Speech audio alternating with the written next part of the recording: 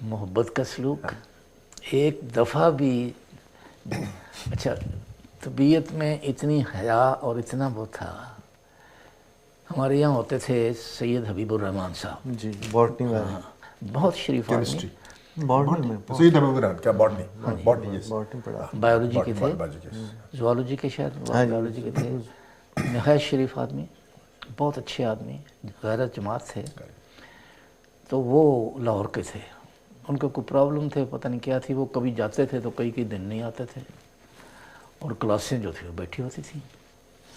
اب ہم لوگ بھی خصوصاً جن میں خالد صاحب مرحوم شیخ محبوب عالم صاحب خالد, وہ چونکہ حضرت صاحب کے کلاس فیلو بھی تھے, اور وہ حضرت صاحب ویسے تو ہر شخص سمجھتا تھا کہ میں قریب ہوں, میں سمجھتا تھا کہ میں زیادہ قریب ہوں, لیکن وہ حضرت صاحب سے بے تکلف بھی تھے, اور حضرت صاحب ان کو تم کہہ کے پکارتے تھے, اور ہم کہتے تھے سانو ہی کدے بھول کے تم کہہ کے پکار لو. وہ کئی دن نہیں آتے تھے کلاسز جو بیٹھی رہتی تھی. تو وہ بار بار وہ خالد صاحب جاتے تھے کہ میاں صاحب دیکھو. پھر اس نے کہا اچھا اب وہ آئے تھے, میں ان سے پوچھوں گا. میں گواہ ہوں, میں پاس بیٹھا تھا, کچھ اس لیے کہ اب دیکھیے کیا ہوتا ہے.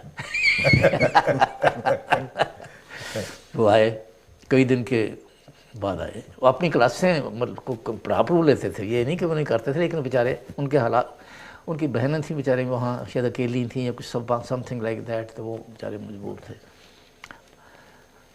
شاہ صاحب آ گئے, بیٹھیے تشریف رکھیے, بیٹھ گئے. کیا حال ہے, اور باتیں دور کی ہو رہی ہیں. اب میں انتظار میں ہوں کہ بات کریں گے, کوئی بات نہیں کی, کوئی 5-10 منٹ بٹھا کے باتیں کر کے رونا کر کے اچھا جائیں. اب جب پتہ لگا سب کو, میں نے بتایا کوئی کچھ کیا, کوئی کچھ نہیں کوئی. تو ہمارے ایک بزرگ وہ کانپتے ہوئے آئے کہ میاں صاحب دیکھیں آپ نے, پھر ان کو کچھ نہیں کہا. تو فرمایا کہ میں اور کیا کہتا ہے, کیسی بات کی, نہیں کہہ سکتے تھے بس, لیکن اتنا ہی کافی تھا کہ میاں صاحب کہیں کہہ نہ دیں. حضرت صاحب کا ادب احترام ایسا تھا. ہمارے ہاں ایک استاد تھے محسن حمایت اللہ, بہت بریلینٹ انسان تھے. غالباً الہ آباد یونیورسٹی کے شاید میں تھے, پتہ نہیں کہاں کے تھے. He was a brilliant young man. بڑی اونچی فیملی سے تعلق رکھتے تھے. تو یہ ہمارا ہاسٹل میں لڑکے اتنے آ گئے تھے, ہم نے ساتھ ملح کا جو مکان تھے, کوٹھیاں وغیرہ, وہ کرائے پہ لی ہوئی تھیں. تو وہاں فرنیچر تو نہیں تھا, تو خطرہ یہ تھا کہ ہمارا فرنیچر باہر نہ چلا جائے. ہم بھی, وہ غلط ایک قسم کا تھا ہمارا خیال, ہم ان کو نوٹ کرتے, ان کو ڈلیور کرتے, ان سے وصول کرتے, یہ سوچا ہی نہیں. چلو بہرحال, تو کسی نے رپورٹ کر دی حضرت صاحب کے پاس کہ محسن حمایت اللہ صاحب وہ الماری اٹھوا کے لے گئے, یہ پتہ نہیں کیا چیز. اس پر میرے پاس ان کا ایک خط بھی پڑا ہے, وہ افسوس کو اس میں شامل نہیں ہو سکتا, لمبا ہے بہت. وہ مجھے ملے خود, کہنے کہ چودھری صاحب میں اب یہاں نہیں رہ سکتا.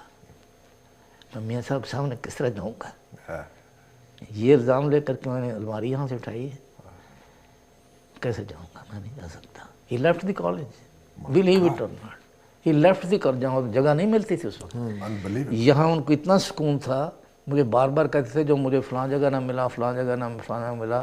وہ ایک چھوٹی سی کوٹڑی میں رہتا تھا, وہ جو رستہ ہوتا تھا, ابھی تو کوارٹر نہیں بنے تھے, تو اس چھوٹی کوٹڑی میں مل گیا, اور بڑا میرے ساتھ بے تکلف بھی تھے.